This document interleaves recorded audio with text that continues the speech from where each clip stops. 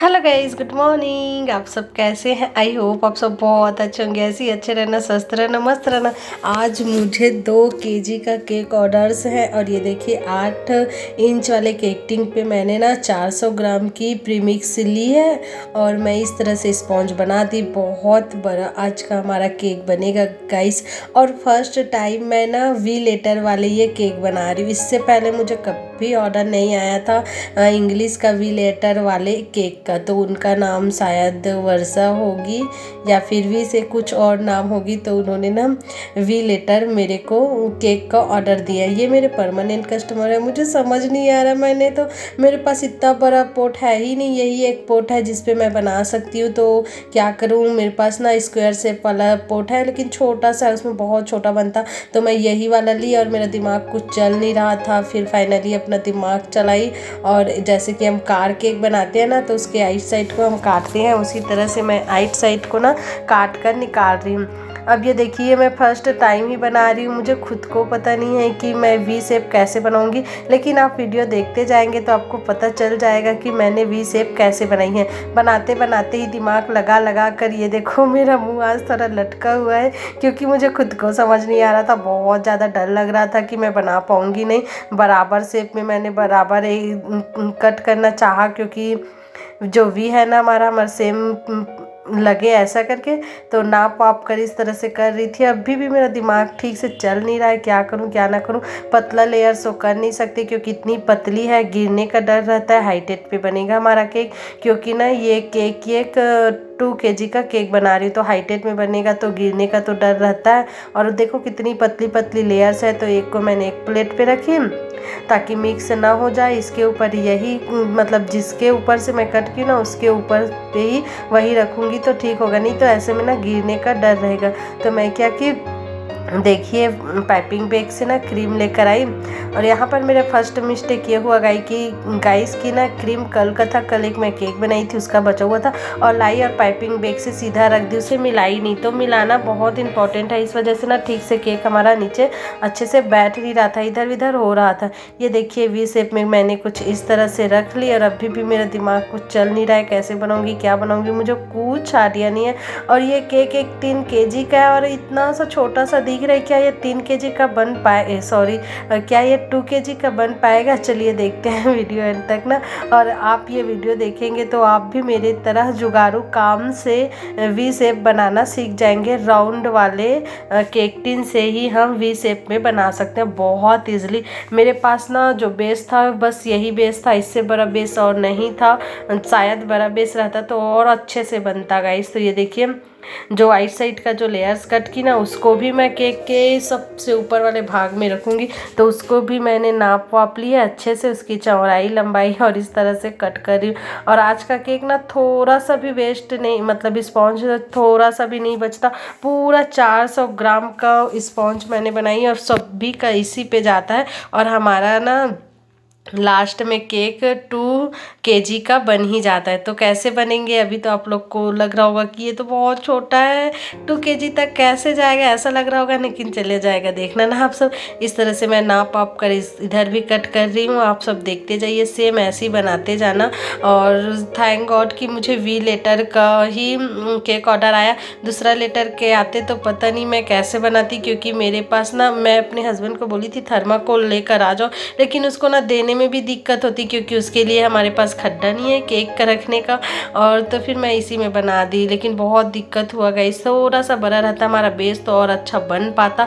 First time बनाई हूँ तो कुछ मिस्टेकें भी हुई है, वो मिस्टेक आप सबके साथ शेयर भी करूँगी ताकि आप ना वो मिस्टेक ना करें, ठीक है। तो सबसे पहला मिस्टेक तो मेरा ये था कि मैं पाइपिंग बैग से जो क्रीम लाई उसे डायरेक्ट नीचे रख दी बेस पे, उसे मिलाई नहीं। तो उसकी वजह से हमारा जो स्पॉन्ज है ना इधर उधर बहुत हो रहा था, ठीक से नहीं हो रहा था और गिरने का बहुत डर था। और मेरे को कुछ समझ नहीं आ रहा था। जब लेयर्स रखी तो ये देखो वी शेप में तो दिख ही नहीं रहा था, छोटा छोटा टुकड़स थे, उसे भी मैंने शुगर सिरम लगा लगा कर अच्छे से एडजस्ट कर दिए थे। ऊपर वाला जो हमारा केक था वो डोम सेशन पे रहता है तो बराबर बैठ नहीं रहा था। तो उसके ना आइट साइड मैंने ना छोटा छोटा जो स्पॉन्ज बचा था उसे अंदर में डाली, उसे भी शुगर सिरम से सॉफ्ट की ताकि हमारा केक का जब लेयर्स कट हो और वो खाएं तो उनको बहुत अच्छा अच्छा लगे। तो सभी चीज़ों को मैंने ना शुगर सिरम से बहुत अच्छे से सोक कर दिए थे।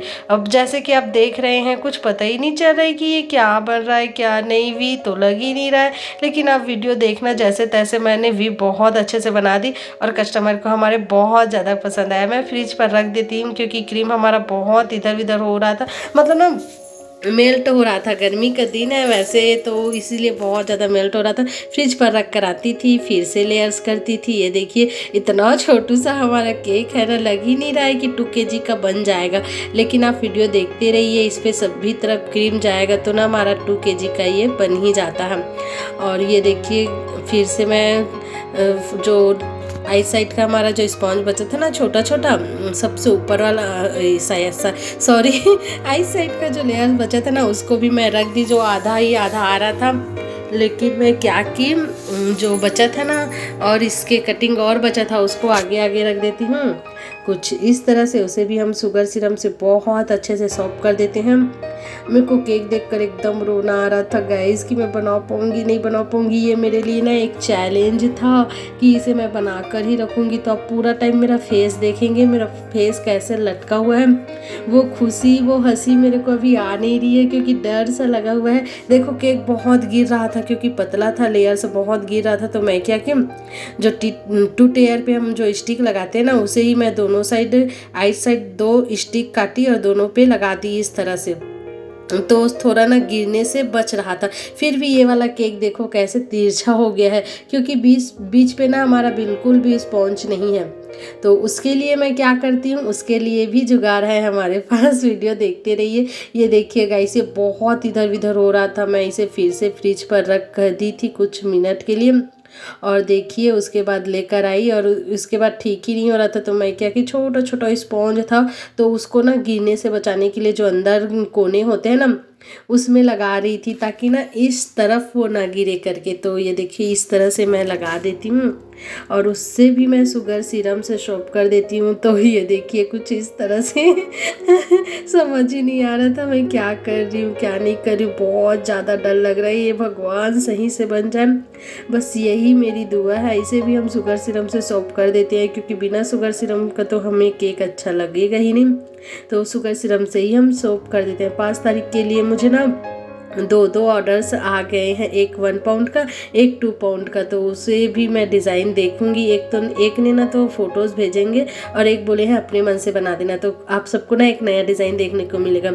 उसके बाद मैं 3 पाइपिंग बैग पे ना क्रीम भर कर ले आई हूँ। आज के केक में हमारा ना पूरा 500 ग्राम का व्हिपिंग क्रीम लग गया था क्योंकि सभी तरफ को ये देखिए कवर करना था।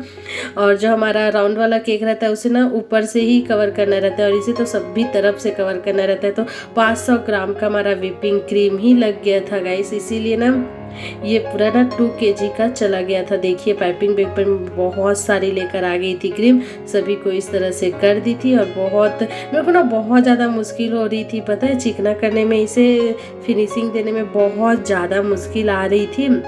लेकिन जैसे तैसे मैं बनाई फिर भी प्रॉपर चिकना ही नहीं हो पा रहा था क्योंकि ना ये जो केक था इधर उधर ना गिरने का डर था।